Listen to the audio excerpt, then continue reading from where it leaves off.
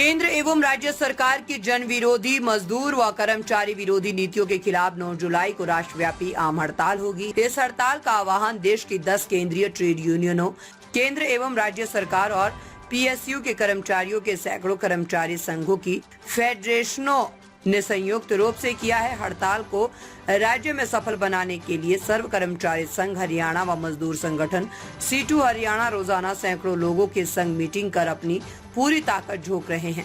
अखिल भारतीय राज्य सरकारी कर्मचारी महासंघ के राष्ट्रीय अध्यक्ष सुभाष लांबा ने बताया कि 9 जुलाई की हड़ताल राज्य में पूरी तरह से सफल रहेगी और हड़ताल लाखों की तादाद में कर्मचारी एवं मजदूर शामिल होकर अपनी आवाज बुलंद करेंगे। उन्होंने कहा कि दोनों संगठनों के नेतृत्व में 5 जत्थे 30 जून से चले हुए हैं, जो रोजाना अलग अलग जिलों में सैकड़ों मीटिंग कर रहे हैं।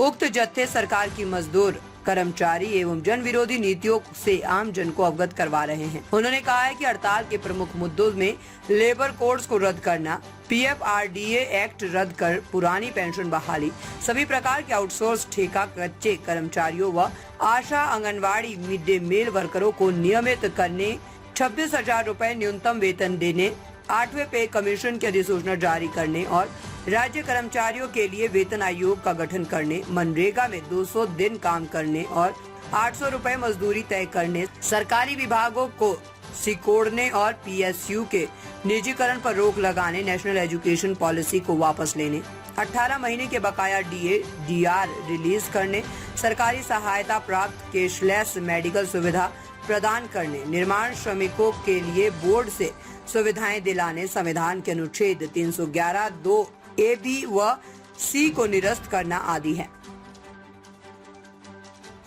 इन यूनियनों की कर्मचारियों की सदस्यता को नापते हैं तो अनुमान है कि अब साथी जय भगवान जो जनरल सेक्रेटरी हैं CITU के, वो अपनी बात रखेंगे। आदरणीय इस प्रेस वार्ता में इस हड़ताल के मुद्दों को और हमारी अभी तक की तैयारियों के आपके बीच में, और ये CITU और सर्व कर्मचारी संघ के नेतृत्व में इस हड़ताल की तैयारी के लिए हरियाणा में गए थे। ये पहली बार हो रहा है क्योंकि हमारे देश में अंग्रेजी राज से लड़ाई लड़के पहला जो कानून जो हासिल किया था वो 1926 में किया।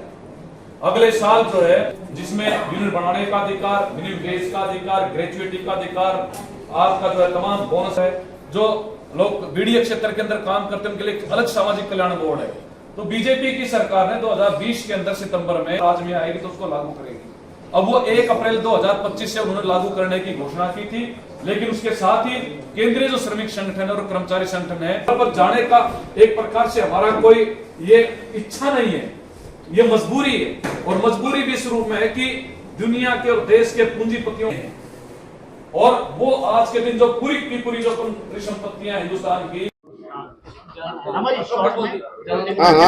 1-2 मिनट का ही देना। हाँ ठीक भाई, बोलोगे नहीं साथ एक बार प्लीज। देशव्यापी हड़ताल है, आज प्रेस वार्ता की है, किन मुद्दों को लेकर है और कितनी संस्थाएं जो साथ में जुड़ेंगी? आईडी बराबर रखना, ऊपर नीचे नहीं। ये सभी केंद्रीय ट्रेड यूनियन, केंद्र राज्य सरकार के कर्मचारियों के सैकड़ों संगठनों ने मिल करके इस राष्ट्रव्यापी आंदोलन का आह्वान किया है। 9 जुलाई को राष्ट्रव्यापी आम हड़ताल होगी।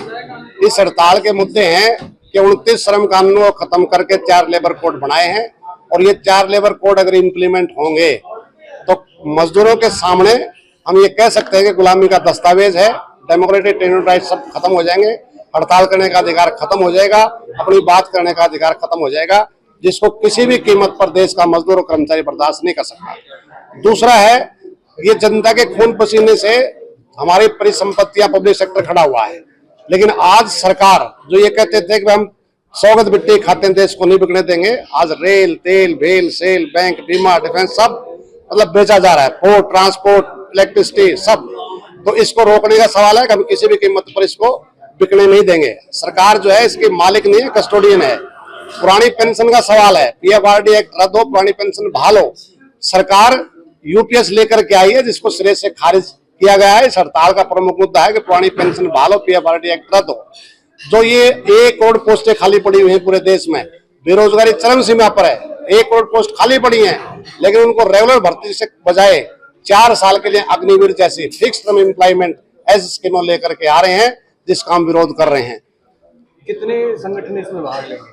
हमने बताया कि देश की 10 केंद्रीय ट्रेड यूनियन और केंद्र और राज्य सरकार के कर्मचारी, बैंक के, डिफेंस के, इंश्योरेंस के, कोई ज्ञापन नहीं देना। हमने सरकार को ज्ञापन दे चुके हैं। सारे जब सुनवाई नहीं हो रही है उसके बाद में अंतिम कड़ी के तौर पर ये राष्ट्रव्यापी हड़ताल है और इसमें हरियाणा में CITU, SKS पूरे प्रदेश में हमारे जत्थे चले हुए हैं, हर एक कार्यालय में जा रहे हैं, गेट मीटिंग कर रहे हैं, सरकार के जन विरोधी, कर्मचारी मजदूर विरोधी नीतियों को एक्सपोज करते हुए हड़ताल का आह्वान कर रहे हैं। हमारा दावा है कि हड़ताल ऐतिहासिक, अभूतपूर्व होगी और उस हड़ताल के बाद ये जो नैरेटिव चल रहा है ये बंद होगा और जो असली मुद्दे हैं वो केंद्र में आएंगे। अगर सरकार इस पर कोई एक्शन नहीं लेती है तो आगे की क्या कार्रवाई रहेगी और आगे भी चलेगी ये हड़ताल? ऐसा नहीं है कि 8 के 9 के बाद सब कुछ हो जाएगा।